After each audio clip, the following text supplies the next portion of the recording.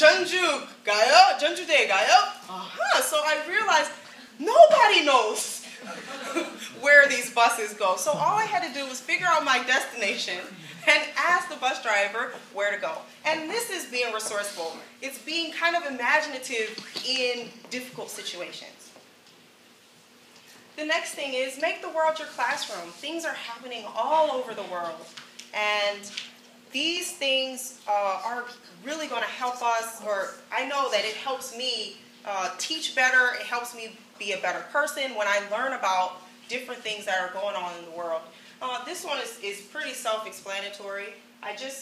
The main thing that has changed the way I look at the world is I look at the news every day to figure out what is going on and incorporate that into my life, into my conversations and things like that. And it makes me a little bit smarter. At least I feel so. I feel like that. Okay, the next thing is show up. A lot of people just don't show up. They say they'll come to class and then they don't. They say they'll meet you at the coffee shop and then they don't. And a lot of times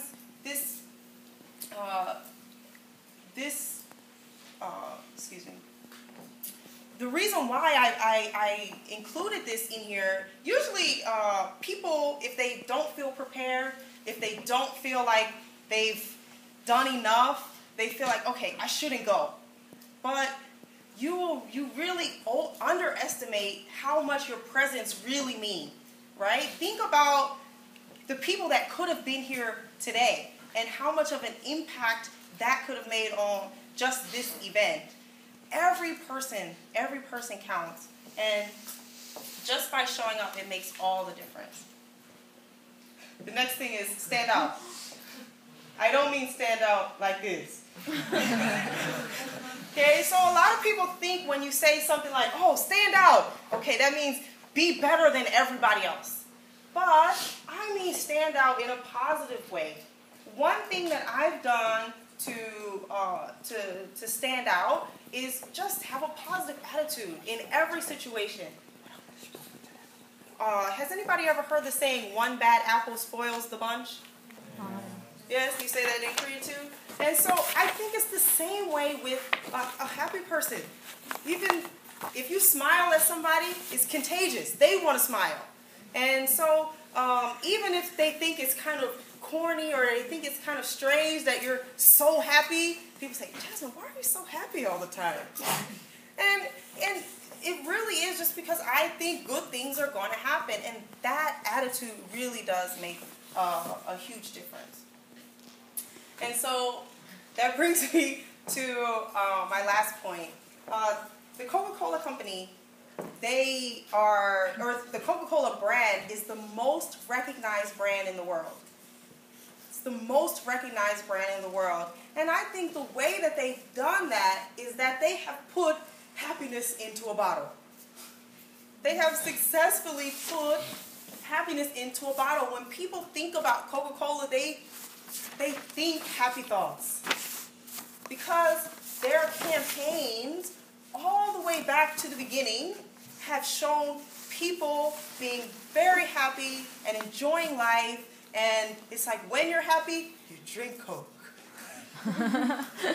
And so I want people to think the same thing about me. Is when you think Jasmine, you think, oh, happy thoughts. All right, so I hope you guys enjoyed my presentation. It was really great to be here today.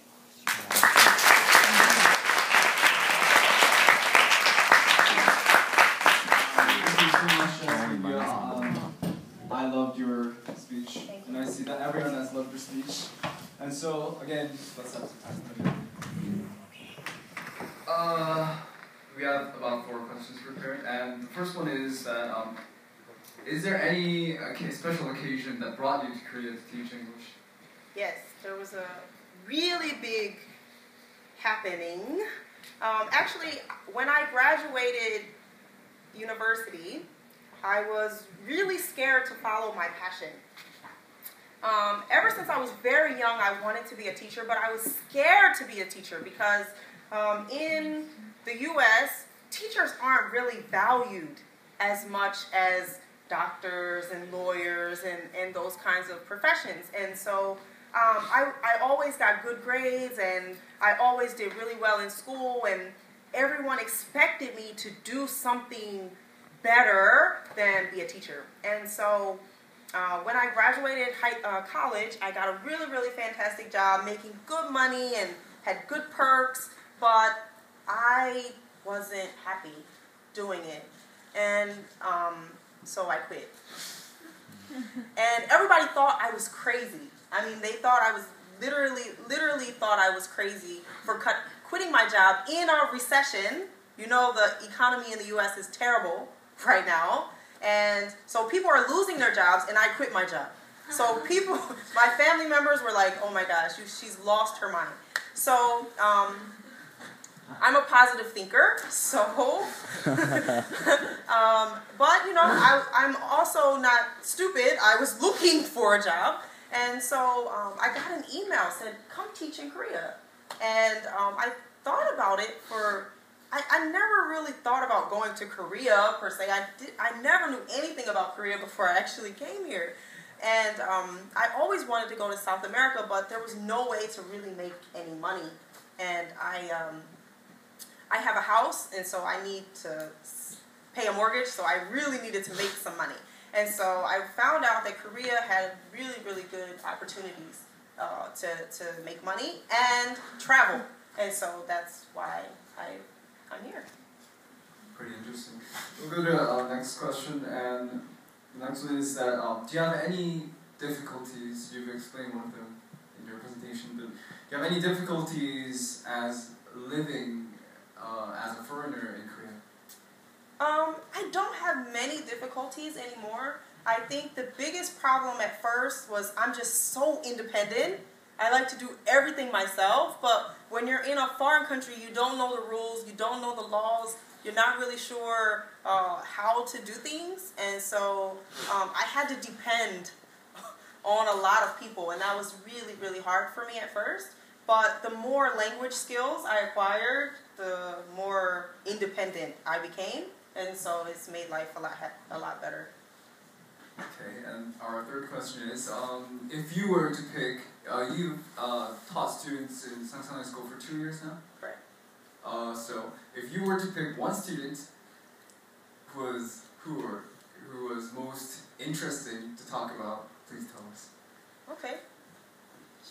Do you want me to say their name? Well, I'm not.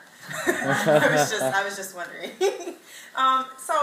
I think there's one student that really stands out to me that I'll probably never forget, and there are a couple other students who are like this, but this student in particular really stood out just because they always looked at me like a person, not as a teacher. So you guys have to realize that your teachers are people too. And so I think sometimes people look at me and they think, okay, she speaks English, she is like robot. I'm fine, thank you. And you? And so a lot of times I just want to know, really, how are you feeling? How have things been? I want you to ask me how I'm doing, how I'm feeling. If you ask, those kinds of students really stand out to me. And so that student in particular, anytime I see this person, they always seem very concerned, genuinely concerned, and that I'll always remember that. Okay, we'll move on to our last prepared question, and the question is, not regarding the language used, which one of the previous lectures were you most interested in?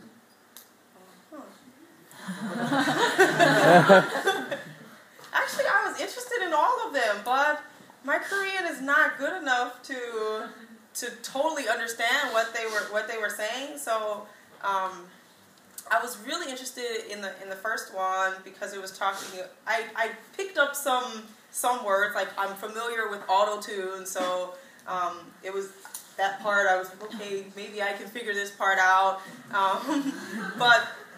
I was really interested in all of them, especially the last speaker about just the fantastic pictures. I was wondering if those were pictures